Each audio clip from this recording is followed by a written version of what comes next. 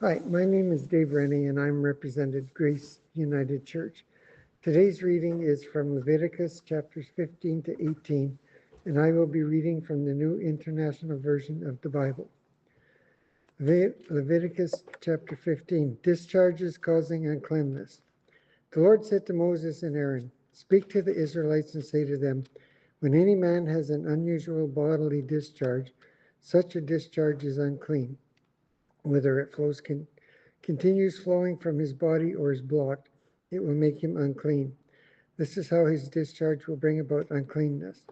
Any bed the man with the discharge lies in will be unclean, and anything he sits on will be unclean. Anyone who touches his bed must wash their clothes and bathe with water, and they will be unclean till evening. Whoever sits on anything that the man with the discharge sat on must wash their clothes and bathe with water, and they will be unclean till evening. Whoever touches the man who has a discharge must wash their clothes and bathe with water, and they will be unclean till evening. If the man with the discharge spits on anyone who is clean, they must wash their clothes and bathe with water, and they will be unclean till evening. Everything the man sits on when riding will be unclean, and whoever touches any of these things that were under him will be unclean till evening. Whoever picks up those things must wash their clothes and bathe with water, and they will be unclean till evening.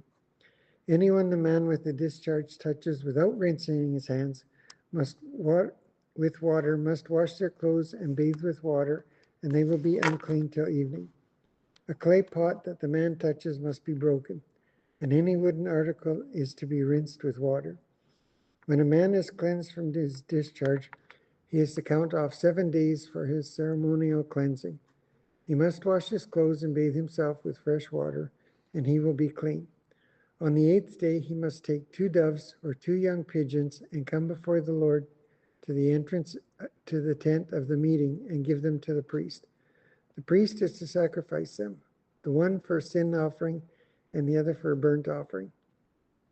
In this way he will make atonement before the Lord for the man because of his discharge. When a man has an emission of semen, he must bathe his whole body with water, and he will be unclean till evening. Any clothing or leather that has semen on it must be washed with water, and it will be unclean till evening. When a man has sexual relations with a woman and there is an emission of semen, both of them must bathe with water, and they will be unclean till evening. When a woman has a regular flow of blood, the impurity of her monthly period will last 7 days, and anyone who touches her will be unclean till evening. Anything she lies on during her period will be unclean, and anything she sits on will be unclean. Anyone who touches her bed will be unclean.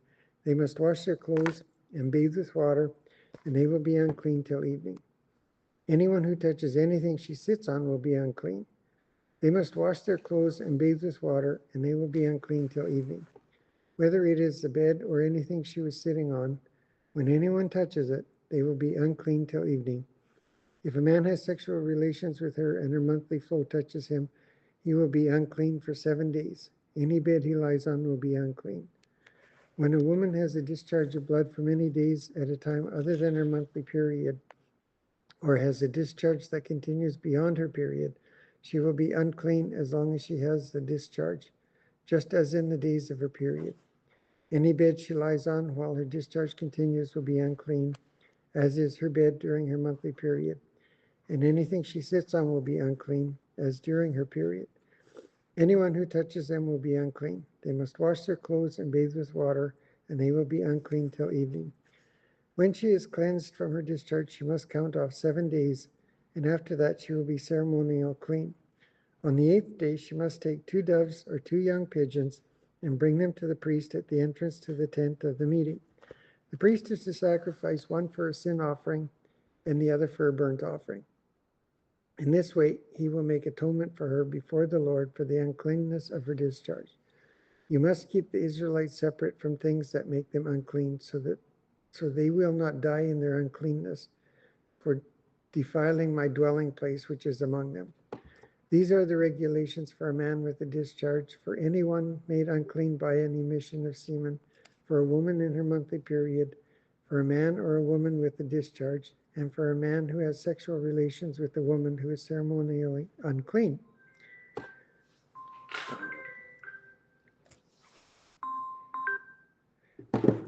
The Lord spoke to Moses after the death of the two sons of Aaron who died when they approached the Lord. The Lord said to Moses, "Tell your brother Aaron that he is not to come whenever he chooses into the most holy place behind the curtain in front of the atonement cover on the ark, or else he will die. For I will appear in the cloud over the atonement cover." This is how Aaron is to enter the most holy place. He must first bring a young bull for a sin offering and a ram for a burnt offering. He is to put on the sacred linen tunic with linen undergarments next to his body.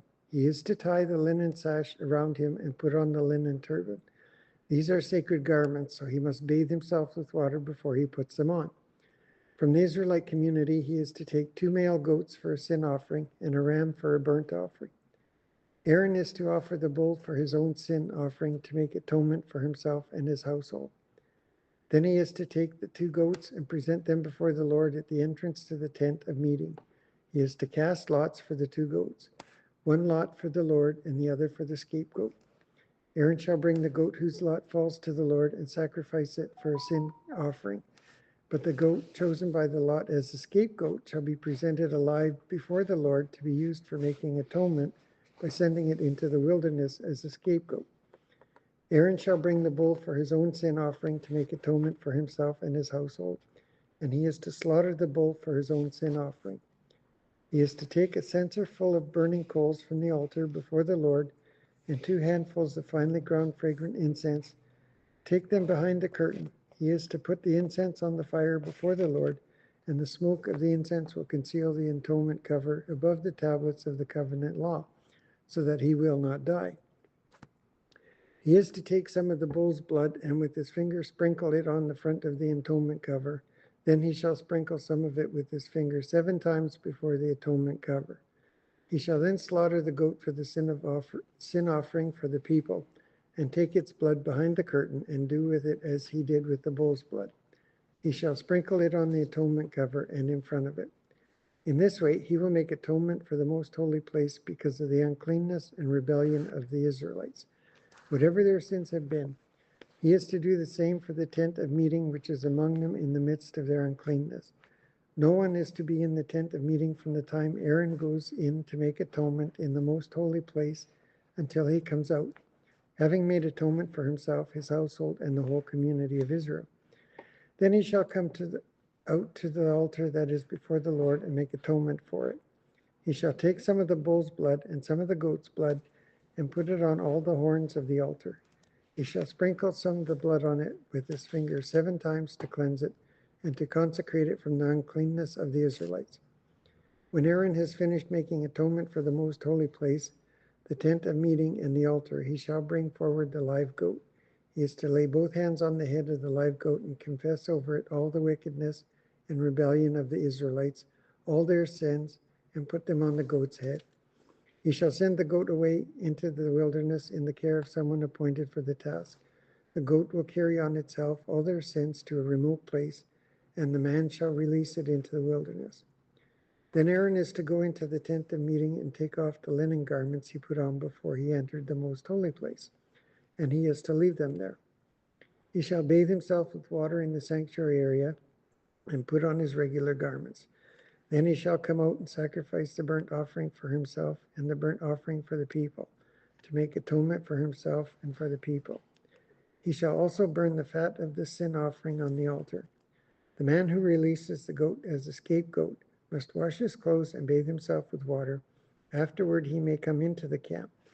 The bull and the goat for the sin offerings, whose blood was brought into the most holy place to make atonement, must be taken outside the camp. Their hides, flesh, and intestines are to be burned up. The man who burns them must wash his clothes and bathe himself with water. Afterward he may come into the camp. This is to be a lasting ordinance for you. On the 10th day of the 7th month you must deny yourselves, and do not do any work, whether native born or a foreigner residing among you. Because of this day atonement will be made for you, to cleanse you. Then before the Lord you will be clean from all your sins. It is a day of Sabbath rest, and you must deny yourselves. It is a lasting ordinance. The priest who is anointed and ordained to succeed his father as high priest is to make atonement. He is to put on the sacred linen garments and make atonement for the most holy place, for the tent of meeting and the altar, and for the priest and all the members of the community. This is to be a lasting ordinance for you. Atonement is to be made once a year for all the sins of the Israelites, and it was done as the Lord commanded Moses. Eating blood forbidden. The Lord said to Moses, "Speak to Aaron and his sons and to all the Israelites, and say to them, this is what the Lord has commanded. Any Israelite who sacrifices an ox, a lamb, or a goat in the camp or outside of it, instead of bringing it to the entrance to the tent of meeting, to present it as an offering to the Lord in front of the tabernacle of the Lord, that person shall be considered guilty of bloodshed. They have shed blood and must be cut off from their people. This is so the Israelites will bring to the Lord the sacrifices they are now making in the open fields. They must bring them to the priest, that is, to the Lord, at the entrance to the tent of meeting, and sacrifice them as fellowship offerings. The priest is to splash the blood against the altar of the Lord at the entrance to the tent of meeting, and burn the fat as an aroma pleasing to the Lord. They must no longer offer any of their sacrifices to the goat idols, to whom they prostitute themselves. This is to be a lasting ordinance for them and for the generations to come. Say to them, any Israelite or any foreigner residing among them who offers a burnt offering or sacrifice and does not bring it to the entrance to the tent of meeting to sacrifice to the Lord must be cut off from the people of Israel. I will set my face against any Israelite or any foreigner residing among them who eats blood, and I will cut them off from the people. For the life of a creature is in the blood, and I have given it to you to make atonement for yourselves on the altar. It is the blood that makes atonement for one's life. Therefore I say to the Israelites, none of you may eat blood, nor may any foreigner residing among you eat blood. Any Israelite or any foreigner residing among you who hunts any animal or bird that may be eaten must drain out the blood and cover it with earth, because the life of every creature is its blood. This is what I have said to the Israelites. You must not eat the blood of any creature, because the life of every creature is its blood. Anyone who eats it must be cut off. Anyone, whether native born or foreigner, who eats anything found dead or torn by wild animals must wash their clothes and bathe with water, and they will be ceremonially unclean till evening. Then they will be clean. But if they do not wash their clothes and bathe themselves, they will be held responsible. Unlawful sexual relations. The Lord said to Moses, "Speak to the Israelites and say to them, I am the Lord your God. You must not do as they do in Egypt, where you used to live, and you must not do as they do in the land of Canaan, where I am bringing you. Do not follow their practices. You must obey my laws and be careful to follow my decrees. I am the Lord your God. Keep my decrees and laws, for the person who obeys them will live by them. I am the Lord. No one is to approach any close relative to have sexual relations. I am the Lord. Do not dishonor your father by having sexual relations with your mother.